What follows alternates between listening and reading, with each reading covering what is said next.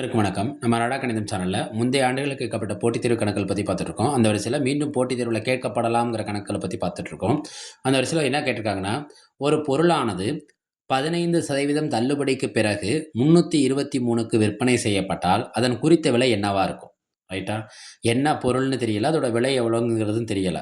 ஆனா எவ்வளோக்கு விற்பனை செஞ்சிருக்காங்க? 323க்கு விற்பனை செய்யப்பட்டால், எத்தன பெர்சன்டேஜ் தள்ளுபடி தராங்க? 15% தள்ளுபடி குடுத்து விற்பனை செஞ்சா 323க்கு.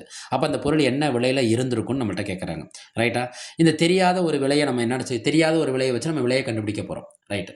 நம்ம எத்தன பெர்சன்டேஜ் தள்ளுபடி தராங்க? 15% தள்ளுபடி தந்துட்டாங்க. அப்ப அந்த பொருள் எத்தன பெர்சன்டேஜ்ல வித்திருக்காங்கன்னா, ஃபர்ஸ்ட்டு தள்ளுபடி சதவீதத்த கண்டுபிடிப்போம்.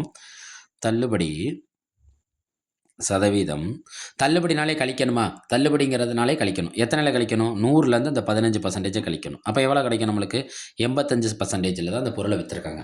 அந்த பொருள் நம்மளுக்கு தெரியாது. நம்ம தெரியாத ஒண்ண நம்ம என்னன்னு எடுப்போம்னா, எக்ஸ்ன்னு எடுப்போம். இந்த எக்ஸ்ங்கிறது இந்த பெருக்கலும், எக்ஸும் ஒரே மாரி இருக்கிறதுனால, அந்த பொருள பொருள்னே வச்சுக்கிறேன். அதாவது ப்ராடக்ட்ன்னு வச்சுக்கிறேன். 85% இந்த ப்ராடக்ட் எவ்வளோ ரூபாய்க்கு விற்பனை செஞ்சிருக்காங்க? 323க்கு விற்பனை செஞ்சிருக்காங்க. 85% ஏன்னா நம்மளுக்கு 15% என்ன குடுத்துட்டாங்க? தள்ளுபடி குடுத்ததுனால அது மைனஸ்ல போயிருது. 85% ஆஃப் ப்ராடக்ட்ட எவ்வளோ ரூபாய்க்கு வித்திருக்காங்க? 323. 85%ங்கிறது என்னன்னா 85/100. ஆஃப்ங்கிறது கணிதத்த பொறுத்தவரைக்கும் பெருக்கல குறிக்கும். அந்த ப்ராடக்ட். இதனால தான் இந்த பெருக்கலும் எக்ஸும் ஒண்ணா இருக்கிறதுனால தான் நான் எக்ஸ் எடுக்காம ப்ராடக்ட்ன்னு எடுத்து வச்சுக்கிறேன். நம்மளுக்கு ப்ராடக்ட் தானே தேவை. இந்த பெருக்கல்ல இருக்காது. பின்ன பெருக்கல்ங்கிறது அங்கிட்டு போறப்ப தலைகீழ் பின்ன பெருக்கலா மாறும். 85/100ங்கிறது என்னவா வரும்னா 100/85. நம்மளுக்கு தெரிஞ்சது என்ன? இந்த 100 85 அடிப்போம். எந்த வாய்ப்பால அடிப்போம்? 5ஆம் வாய்ப்பால அடிக்கலாம். 2 5 10 இந்த ஒரு 0 பேலன்ஸ் வந்துரும். 1 5 5 பாக்கி என்ன இருக்கும்? 3 35 இருக்கும். 7 5 35. ப்ராடக்ட் ஈக்குவல் டூ 323 பெருக்கல் 20/17. 20 என்ன கிடைக்குது? 17. இப்ப கீழ இருக்கிற நம்பர் நம்மளுக்கு 1ஆ மாறணும். ஏன்னா, இங்க குடுத்திருக்க ஆப்ஷன் எதுவுமே புள்ளி வச்சு இல்ல. முழு எண்கள்ல தான் இருக்கு. அப்ப கண்டிப்பா இந்த எண்ணானது எந்த வாய்ப்பாடால அடிபடும்?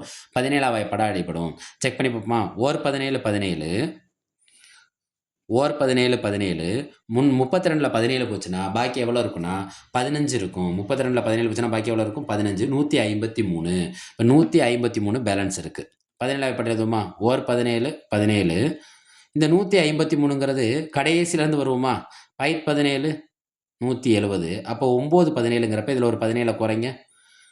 இங்க 6000மா? இங்க 10,000மா? 10ல 7 போச்சுன்னா 3. 6ல 1 போச்சுன்னா 5 1. அப்ப எத்தன 17 153? 9 17 153. அப்ப 9 17 என்ன ஆயிருது? 153. அப்ப ஓர் 17 17 19 17 சேர்ந்தா நம்மளுக்கு என்ன கிடைக்குது? 323. இப்ப ப்ராடக்ட்ங்கிறது என்னன்னா, இந்த 19 பெருக்கல் 20. இந்த 2யும் இந்த 19 பெருக்குங்க. ஓர் 19 19. 2 19ங்கிறது 38. இந்த ஒரு 0 சேர்த்துக்கோங்க. அப்ப அந்த ப்ராடக்ட்டோட குறித்த விலை என்னவா இருக்கு? 380. எவ்வளோ ரூபா? 380. அவங்க குடுத்திருக்க ஆப்ஷன்ல ஆப்ஷன் எத குறிக்குதுன்னா, ஆப்ஷன் டி. ஆப்ஷன் எத குறிக்குது? Option D. மறுபடியும் சொல்றேன். தள்ளுபடி சதவீதம் குடுத்துட்டு, விற்பனை விலைய குடுத்து, அந்த பொருள் என்னவா இருந்திருக்கும், அல்லது என்ன விலையில இருந்திருக்கும்னு நம்மள்ட்ட கேட்டாங்கன்னா, அந்த தள்ளுபடி சதவீதத்த தள்ளுபடிங்கிறதுனால மைனஸ் பண்ணி எடுத்து வச்சுக்கிட்டு, அந்த ப்ராடக்ட்ட அதோட மல்டிப்ளை பண்ணிக்க வேண்டியது தான். இந்த பின்ன பெருக்கலானது அங்கிட்டு போறப்ப, தலைகீழ் பின்ன பெருக்கலாவே போயிரும். ரைட்டா? நன்றி. நம்ம அரடா கணிதம் சேனல லைக் பண்ணுங்க, சப்போர்ட் பண்ணுங்க, ஷேர் பண்ணுங்க. ஃபிரெண்ட்ஸ் அண்ட் ஃபேமிலிக்கு ஷேர் பண்ணுங்க. சப்ஸ்கிரைப் பண்ணுங்க. உங்க ஆதரவுக்கு நன்றி.